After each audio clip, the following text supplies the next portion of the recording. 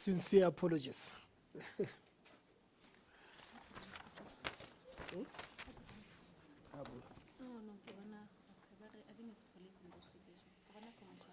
We have got last witness. You're so happy that today. Sincere apologies, Mr. Given 20. Sincere apologies to everyone. Our last witness for day 3 of the inquiry into the impact of load reduction on human rights will be Mr. Given 20. Mr. Given 20, can you state your names for the record as I appear on your identity book? Greetings, everyone. Greetings to Commissioner. My name is Given Spuem Tweni. Given Spuem 20, will you be swearing or will you be making an affirmation? I will be swearing. Do you swear that the testimony that you're about to give is the truth, the whole truth, and nothing but the truth? If that's the case, will you raise your right hand and say, "So help me God"? So help me God. Thank you. What will be useful will also be for you to introduce yourself, your organization, or your personal capacity, and take it from there. The floor is yours. Okay. Well, I'm a community leader. I'm the activist. I report to many structures, so I can't introduce them all. But then I prefer to be a community activist. From Dr. J.S. Moroka Mapotla.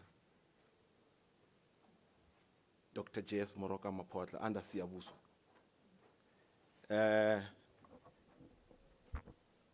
Thank you very much, Commissioner.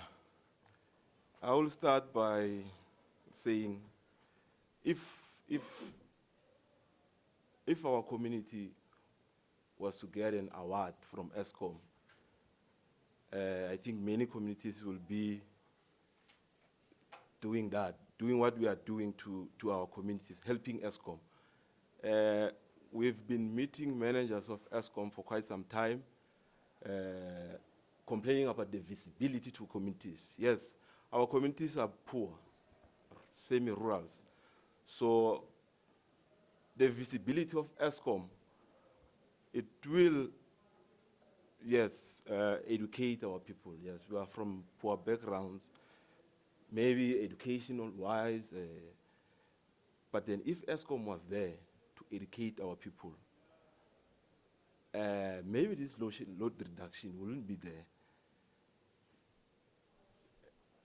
We had an IDP, it's an outreach for municipality, where the representative from ESCOM was part. While we raised our frustration, why do we have this load reduction? Please explain to us. They got this tendency of big words of electricity, which is frustrate community members. If you explain to an older person with a simple English, not these big words, maybe there won't be that load reduction. Well, we assisted ESCOM so much in registering the KRN2. We did that on our own, with no ESCOM assistant, no data for ESCOM from ESCOM, with our own data, registering our community members. Remember, it says if you are not registered to KRN2, they will charge you 12,000 rand. They are all people in our village. Yes, we have to assist them. So, if ESCOM wants to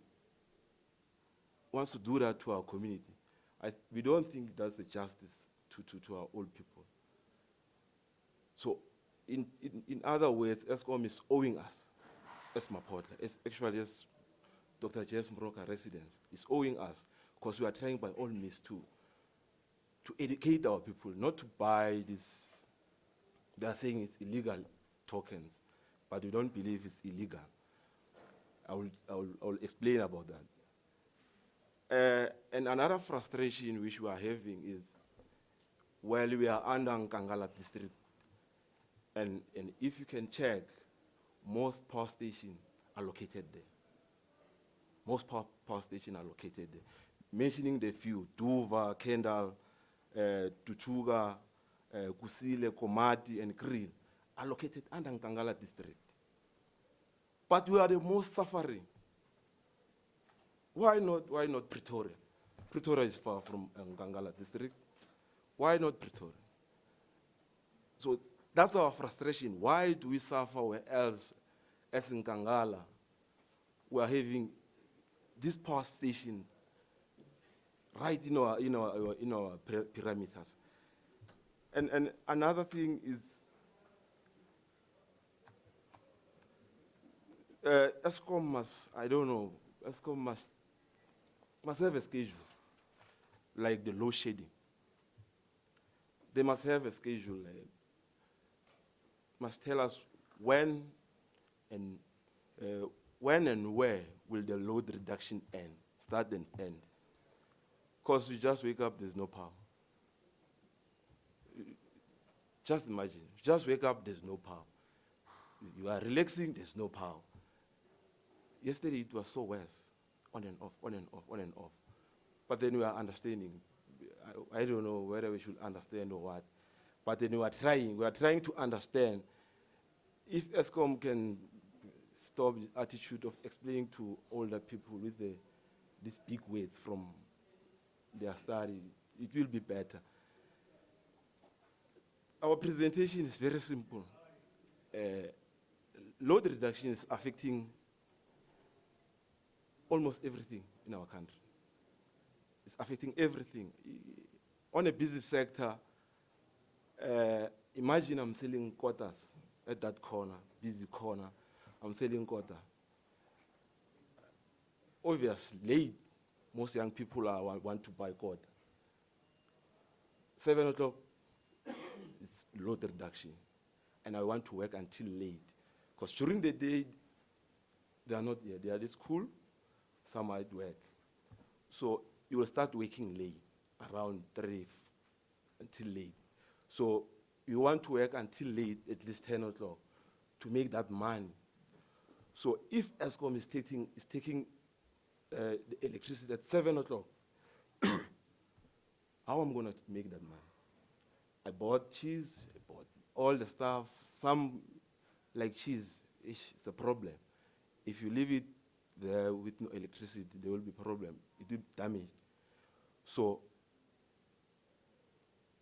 if ESCOM can think about those young people who are selling quarters, who are doing haircuts, salons, those who are doing buff and shines, their machine needs electricity. So you must think of those young people, not big businesses, who are generating more profit. Think of this young person who's trying to do something, unlike going and steal, to be a criminal. So ESCOM must think for us. And another thing, it's on education. Our kids are suffering, and a lot. During exam times, Commissioner, we know they are trying to learn overnight. But then if you take electricity, then I won't be able to study. Nowadays, kids are not used to those candles. They won't use a candle to study. But then we were there by those times because there was no electricity. But these kids nowadays, they won't use a candle. We think ESCOM is not doing justice to them. It's affecting more. Maybe during exam times, they should cancel it. At least for a period of, it's October and November, just cancel load reduction. Think for those kids.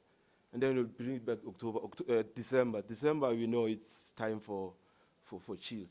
So during exam times, just ESCOM must think for those kids. And another thing is on health, our clinics. I think the government also doesn't think for our clinics. They don't invest enough. Most of our clinics, they don't have these power backups, generators. Once the electricity goes off, then they should close. Because of many machines in the clinics, they won't be operating. And some drugs or medications from the clinic, they need a cool place. So if the power is off, should we think that medication is still good for a person, or it will be causing another listeriosis? So we should think of that. If ESCOM can come on board and say, no, in the place where there's a clinic, we won't be taking electricity. Because that's the most important thing. It must think for a person of life. And another thing is this illegal connection that has been talking about, illegal connection. There's no legal connection. More especially in our municipality. It's not a township. It's semi-rural. There's no legal connection. Like, I'll make an example, like in Mamelodi maybe, or in Oliver. We are so respectful to ESCOM. Most people in our villages, when an ESCOM van comes to your village, you are so shocked. You phone everyone, hey, they are there. If you've done something, you'll see, no, this person has done something to the meter box. But then, if you haven't done nothing, ESCOM will come and go out with no fear. During elections or the campaigns, ESCOM has got this tendency of not taking the electricity. Why? Why it doesn't take electricity? We are saying we are reducing the power, but then during elections, let's say for a period of a month, we are not taking a power because of we are campaigning now. Doesn't those power suppliers load too much for a period of a month, 4 weeks, no power outage? So we are asking ourselves, what's going on? During election time, no power outage. But then after election, it starts again. We start to suffer. We start to suffer when you're reporting, maybe to the municipality, they don't have that power to it's a small municipality, it doesn't have that power to ESCOM. ESCOM does everything to our municipality. So if you are talking to our municipality, especially our mayors and executive and municipal manager, they will refer you back to ESCOM. Then ESCOM will take months before it get your attention. During COVID, I will call it a satellite office from ESCOM. They closed down their office. You know, they are always fault. If it's raining, there are lightnings, there will be too much fault. We were so frustrated. Imagine you travel from Siyavuso to Wheatbank to report a cable theft. What is the distance, or how many hours? It's about 1 hour 45 to 2 hours from Siyavuso to Wheatbank to report a cable theft. You must have a reference number. They must issue a job card, and you will wait for you to get that cable. You will wait and wait. So where's the visibility of ESCOM? If ESCOM doesn't have the capacity to run, why shouldn't hire more young people? We are having young graduates every year, new graduates. If ESCOM doesn't have that enough personnel, we think ESCOM must come on board and explain to us, what's your problem? we want to give you solution, but then what's your problem? Maybe we are here, we are talking or mumbling, but then ESCOM has got the solution. If ESCOM can come here and explain to us why during election time you don't take the power, but then after election time you take power. Why? And then what's the cause to those villages where there are no illegal connections? I'm telling you, I'm 100%. Maybe if you are having 100 households in my village, maybe 10 of them, they will do the tempering to their meter box. Maybe 20. And I've heard that from ESCOM that there are these new meter box, they are so small. They've said that they can trace them where they are from their offices, if this box has been tempered or not. If really they want to work, and those boxes are tempered, then they are the ones who are lazy. They are the ones who don't want to do the job. It's not us. We are suffering because of their laziness now. So I think it will be good for ESCOM to come on board and explain to the nation why do you choose to implement load reduction on these villages, specifically on these villages. You see my place, Mapotla, I think they are experimenting everything. Everything. The government, I think, is doing everything. It's the center of our municipality. Everything that they think of implementing, it will start in my village. Always must fight. But then we are avoiding this thing of going to the street with tires. We are still damaging our roads. Then once you resolve this, then you'll be crying again of potholes. So we are avoiding this thing of going to the street. But then you see that that's the only language they are understanding. But then we are avoiding that language. We want ESCOM to sit like this. Come on a table. If you are having problem, we'll give you solution. If they are not feasible, we think that, no, here we can go, but here we can't. Come on board, let's discuss those issues and resolve. This thing is a man-made. It's not national, it's a man-made. It can be resolved. You have 5 minutes. It can be resolved, okay. It can be resolved. So we are pleading. We are here not to represent our municipalities, but then we are here to represent all the affected areas. My brother from Vlakte presented almost everything. I'm just here to add from his presentation. I'm happy that someone from Tembisile also came. We were thinking, Tembisile went on a street. That's an economical road, R573. Everything passes there. If you close that road, what will happen to our economy? Because everything, maybe a day, billions of rand are passing just there. So if you close that road for a week because of ESCOM, what will happen to our economy? We are still going to suffer. You must remember of the unrest, July unrest back then, which affected our economy, which we're still recovering from. So we are saying ESCOM must stop the reduction with immediate effect. Ministers used to say, we are stopping load shedding with immediate effect. It stops.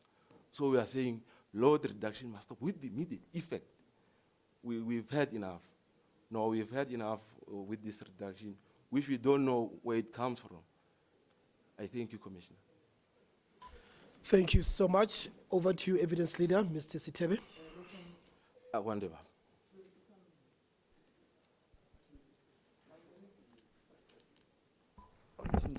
Lotshani wabunjani niyavukana. Sithokoze. Chair, my questions are very limited. I just want to ask two regarding communication. Communication is becoming a theme of today's hearing. How do they communicate to you when this thing is going to take place? When you've engaged them, when you go to Witbank to complain either about the cable theft, and then add this load reduction, what is their response? That's one of two questions, by the way. Thank you. Okay. Well, thank you very much. I can say communication is very poor today. That's why when I'm saying, when you report now, it can take months before they come back to you. Not the months before they, just like I don't have pictures or the reference numbers of cable theft from one of the relatives. When he told me, he said they reported the cable theft in January. Then I met them, it was August. I said, what's going on at home? They say, we have reported, where's the meter, the reference number? He gave me 4 reference numbers. 4 reference numbers, which means they were repeating every month now. Different reference numbers, but the outcome comes to nothing. If it wasn't the help of counselor, I don't think there would be a replacement of the cable. I got the help from the council, and then we phoned the manager of Eskom. Then that's when they created a job card to come and replace the cable. Okay, thank you for that. Chair, this fits into the earlier testimony from the gentleman from Vlakplak, the number 1. I'm concerned that he said just the street they will have here. So on page 754 of the one on the left. Yeah. 754.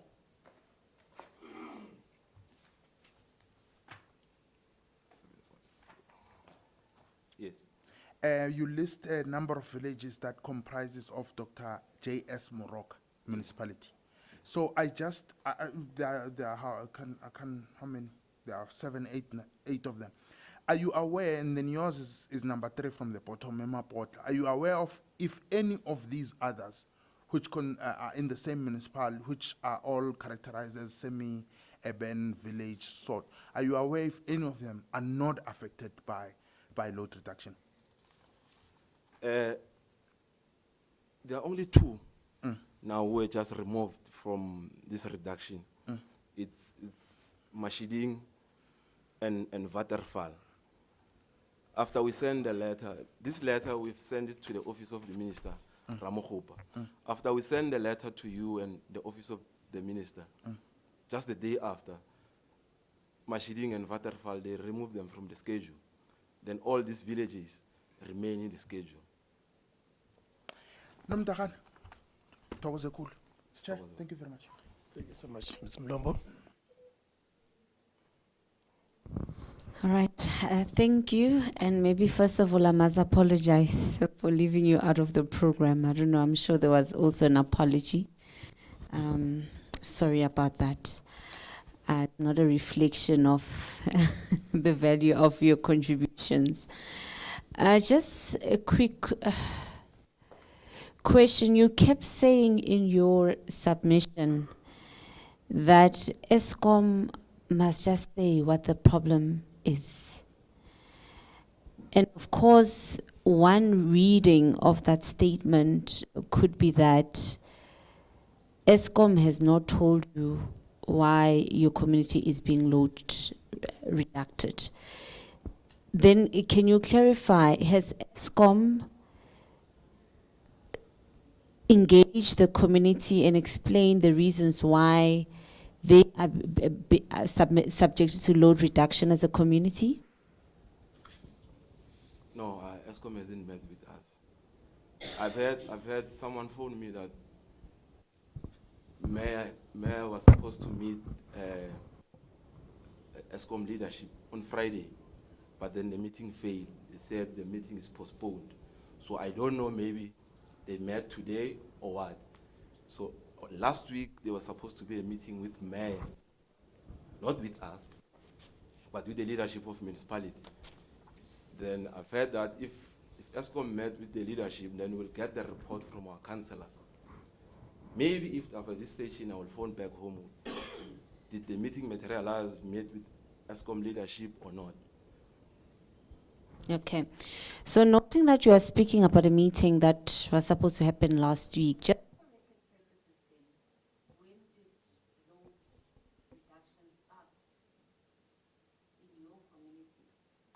if it's only now that you'll be meeting with ESCOM? My sister, it started a long time ago. COVID, 2020. Okay. So, but then it was different. You, on Monday, you have power. On Tuesday, there's no power. So it was like that. Only just right now, month end of January, it started to go every day.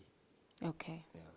But then it was a different schedule from 2020. So we are so used to it.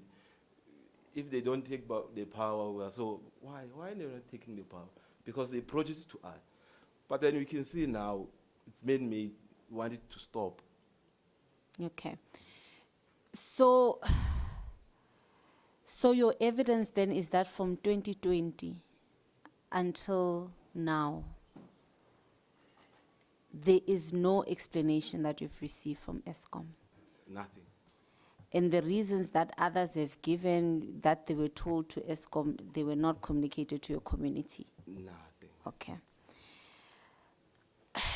Now coming back, you briefly touch on the issue of the vouchers. You said you will come back to that, but I didn't hear you come back to that. Why did you mention it? Did someone say perhaps it could be contributing? Maybe just first explain, give the further information you wanted to give, and then explain why you believe is related to the issue of load reduction, if at all. Thank you. I'm sorry about that. There is this voucher they are selling. They call it Amawarawar. It's 600 units. They are selling it at the rate of 400 rand. So if you buy those tokens, they'll almost last you for 5 to 6 months. Then they are saying if you buy those tokens, you bought the illegal tokens, but then they are sold by officials of ESCOM. They are sold by the officials of ESCOM, not someone from nowhere.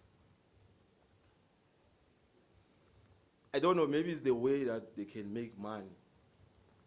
Because we are always telling our member that you must buy electricity from the registered vendors of ESCOM to avoid, when you have a problem with your meter box, when you go and report, to avoid the drama between you and ESCOM. So this token, to me, is not illegal because it's from ESCOM officials. If there's something wrong, then ESCOM must start the investigation to investigate why these people, they buy tokens in January and end in June. Why? What's going on? Where are they buying this token? They have to be able to trace that machine. Where are they getting these tokens? Because you are saying to us, you must go and buy electricity to the registered vendor. But then there are these side hustlers they are not talking about. When you come to us, you say, that's illegal. No, it's not illegal to me, because I bought it from someone from ESCOM. Thank you. All right. And maybe the last one for me is the issue around your recommendation. I've noted the one recommendation you've made that load reduction should stop immediately. But in the same breath, I suppose I understand the position you are in, because you say you don't know why there's load reduction. So perhaps you are not able to prefer other solutions to the challenge. Is that a fair conclusion? Or do you have other measures you believe can assist in curbing load reduction? I remember when I was sitting there, I was checking the other clip before it became Department of Electricity, while it was still Gwede Mantashe, Minister of Minerals and Resources and Energy. He once said, I think it was in Komati, he once said, as South Africa, we are having enough power to supply the whole nation. Enough megawatts to supply the whole nation. Only when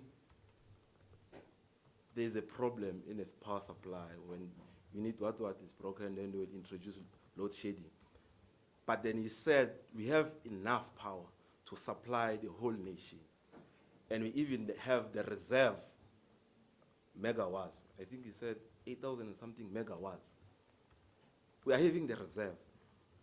But then you can see that somewhere, somehow, someone is not telling us the truth. So someone must come and tell us the truth. Kwede Mantashe said we are having enough power.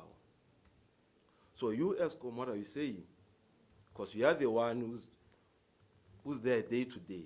So what are you saying with the statement from the minister? Okay.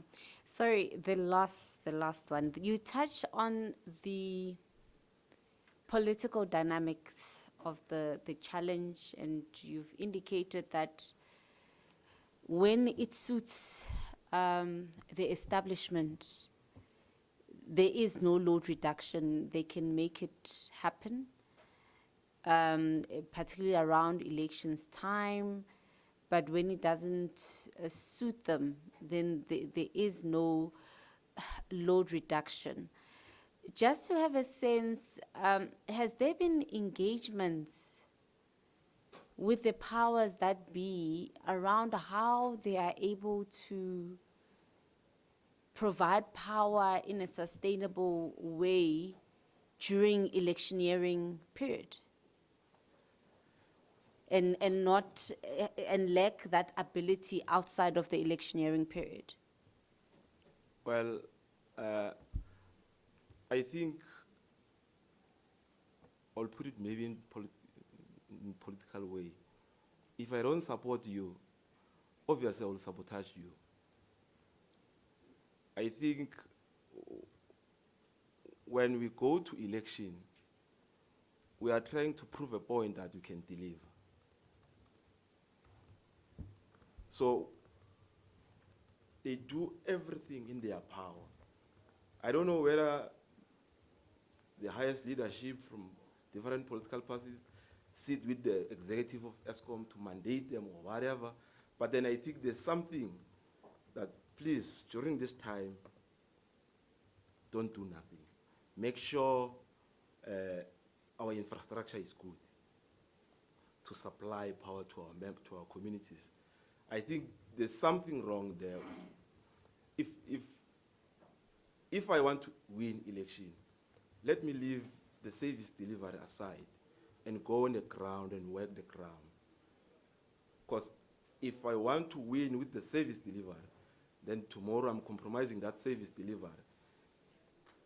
You won't be there after election. You see, you are going to Pretoria's and whatever, you'll be sitting nice. Those people back home, they will be affected, and you won't be there. I think they should stop campaigning with service delivery.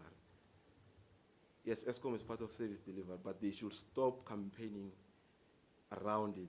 If you want to win election, go on the ground, talk to people. But then, if Eskom also wants to be a political party, it should register to vote them. They should stop politicking about supplying power to our communities. Okay, so basically you are saying, from what you've observed, during that period, there's normally intervention at a high level. Yes. There's urgency at a high level to address that issue. Yes. And that's why it can be addressed during that period. But after it finishes, then the high power leaves. Yes. Okay. Thank you so much. Thank you, evidence leaders. Commissioner Makwasha. Thank you so much, Chair. I think firstly I'd like to acknowledge the work that you have stated that you've done as a community, especially a community that is led by the youth. So I would like to acknowledge that firstly. I think you touched on something, and this speaks to the issue of the tokens, illegal tokens. You're saying that they're not illegal because they're purchased from officials who work at ESCOM. On the first day, we had heard submissions on the officials of ESCOM and their conduct in contributing to load reduction as well as load shedding. Now, you're saying that these are considered legal by community members because you're buying them from ESCOM. Internally, what measures do you think ESCOM needs to be put in place to ensure that their employees are not sabotaging ESCOM indirectly through their conduct? Well, I think if ESCOM is saying to us, you should buy tokens from the registered vendor, that machine that will produce your token should have some sort of a system that today this so and so number has bought with different amounts. It should be able to trace that machine from where they see. You should have a system that will say that here in Sandton, we are having a machine at point A, and then on the 17, 14 people bought, and this one bought for 100 rand, this one. Their system should be able to tell them that, no, in Sandton it's covered, in whatever place is covered. Then that machine they are using to sell this, they are saying illegal tokens, I think it will be traced. Where is this machine coming from?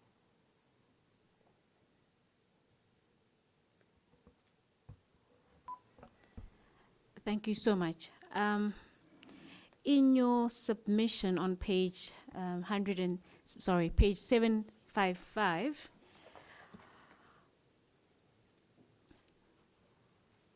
you state that you propose a comprehensive investigation and intervention to be conducted to identify the root cause of these power outages. Now, who would you mandate to conduct that investigation? That's the first question. And secondly, you also speak about the implementation of alternative energy sources. Now, ESCOM has stated that in terms of those who are using solar power, they will provide them with a tariff or be fined should they not adhere to that. What is your input regarding that? Well, the intervention should come from the office of the minister. The intervention from Hosiensu should intervene. What's going on with this load reduction? I think if we can stand up and run, we will be assisted. But then, if he sits in office and be a celebrity, nothing will be resolved. And alternative power energies, yes, we were referring to solar. I've heard that this NARSA will be regulating that. But then, yes, it's an alternative. We are having so much space, like, in our villages. If we can have those plants of solar powers and supply it to communities, I think it will be a solution to our community, not relying on ESCOM only, but then we know that our municipality is investing in this source of energy, unlike ESCOM. Thank you. Those are the questions, Chair. Thank you. Thank you so much. You mentioned that your area is a village. Do you have big business that perhaps uses a lot of electricity? I can say the big business will be a filling station. That would be the biggest one. Yeah. In terms of the households, do they have swimming pools? Do they have, big equipments that require a lot of electricity? On average. Swimming pools, no. There are no swimming pools. Okay, so you will say that your community does not use too much electricity. That will be your submission. Even geysers. Maybe out of 100, you find 10 households are having geysers in their yard. Let's come to the issue of power stations. You mentioned that there are a lot of power stations in your community. Can you name them again? It's Duva, it's Kendall, it's Tutuga, Kusile, Komati, and Grill. I said they are located in Nkangala district. Which is almost the same area. Yeah, no, it's not the same area. It's a district like Yes, under it there are municipalities. Yes. Which there are 6. yes. Yeah, then it's a head of that municipality. It's those municipalities. So you say it actually makes the citizen or the residents feel very bad that there are these power stations, yet electricity is intermittent, it's not constant. Can you say more about that?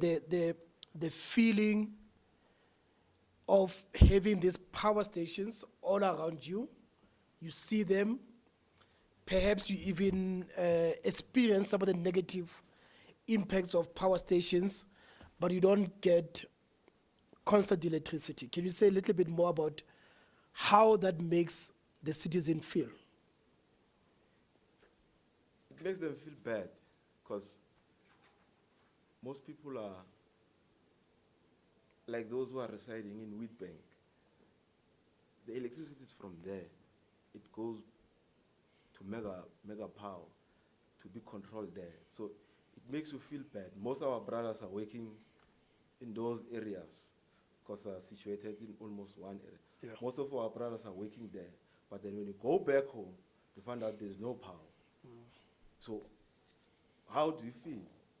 You are generating power, you send it to mega power.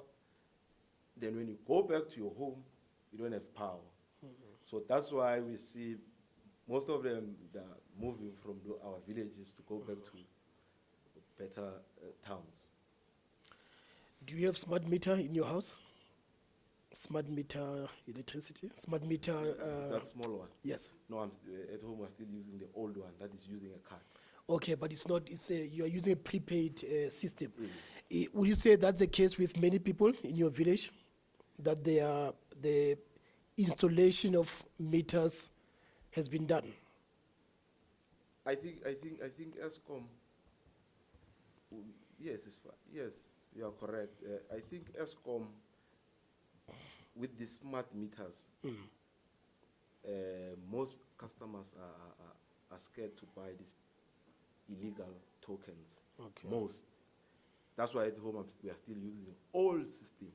So if ESCOM can change the meter boxes to this smart meter, Yeah. maybe we are saying maybe we won't be able to face this load reduction anymore in our villages, because they are saying they can trace it or they can see it with their system. So when load reduction happens, would you say that even people who are paying also feel the impact of load reduction? Yes. One of the submissions by a number of stakeholders, not stakeholders, institutions, one of the things that they say is that ESCOM is scared to go into townships, into villages, to individually disconnect people. They are scared that they will face violence from the community. How would you react? What's your reaction to that statement? Well, correct. Maybe they will be beaten or they will be chased smoothly. What I was saying, if I want the service from the ESCOM, they don't react immediately. But then ESCOM, if it wants to come to me to cut the power, they are so fast. So they do that. Yes, they do. Okay. Just recently, they were in my community checking. They are saying there's a list. So you can see that their system with these smart meters, Yes. it's working. Yeah. They are saying there's a list. So they were in my town checking. Yes. It's a good thing. That's what we are promoting. But then, when I report, Yeah. can you also react so fast? So your submission is that in your community, ESCOM is free to come and go. There are no interruptions when they come. Interruptions in the sense of violence against their contractors. At any given time. Okay, if you can summarize your testimony by reading from page 754, second last paragraph, starting with most villages, that will be your final submission. Most villages and towns in South Africa, they've been celebrating no load shedding, no reduction for more than 200 days. But to us, it's different. For all these days which the country is celebrating, we've been facing reduction. We do understand that the right to electricity is not in itself a human right contained in Constitution. However, a lack of access to electricity can infringe on a person's other human rights. Thank you so much. You still have 5 minutes. Anything that you wish to add as your parting shot? Well, I would like to say to the Human Rights Commission, you are doing a great job. I'm hoping and believe the findings of this commission, they can be implemented with immediate effect and stop all this thing that is happening to our communities, that is happening to poor communities that they won't fight for themselves, like in towns. So I'm hoping that this commission will think for an old lady that is using an oxygen. This commission will think of an old man that is sitting back there in our village to assist them, to enforce ESCOM to stop this man-made reduction. We hope and believe that they will take it very seriously. Even the Office of President, if you submit it to, we believe that the President will act on that. We thank the time you've given us, and we thank everyone who's participated. Thank everyone who's trying to give the inputs to the commission. So we thank the time. Thank you so much. I can assure you that we do take your testimony seriously. We do assure all of you that our recommendations will be clear and that they will be published transparently. We once again wish to apologize for almost leaving you behind. Your testimony was very clear. Your written testimony contains even more information. You started by saying that if there was a community that deserves an award, it's your community. We do hope that even with these challenges, you'll continue doing the work of social justice, doing the work of human rights, and basically, you know, being a champion for human rights. We thank you, and you are excused. I can confirm that there is no other witness that we have left behind. I wish to thank you once again, the sign interpreter, the IT technician, the evidence leaders, the Human Rights Commission staff, including the Legal Services Unit, as well as our security personnel. I wish to thank my fellow panelists, Commissioner Makwasha. We will resume tomorrow with day 4 of the South African Human Rights Commission inquiry into the impact of load reduction on human rights. Have a good afternoon. The inquiry is adjourned. Thank you.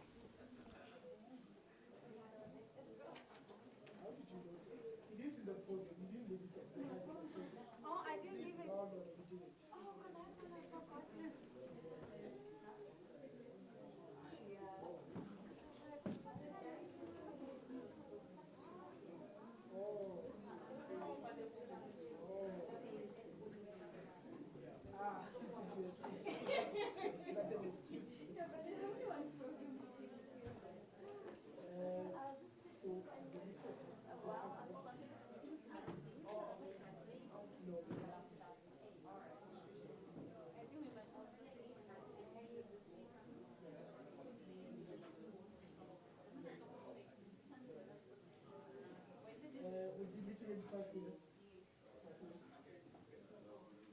We also call them C and D.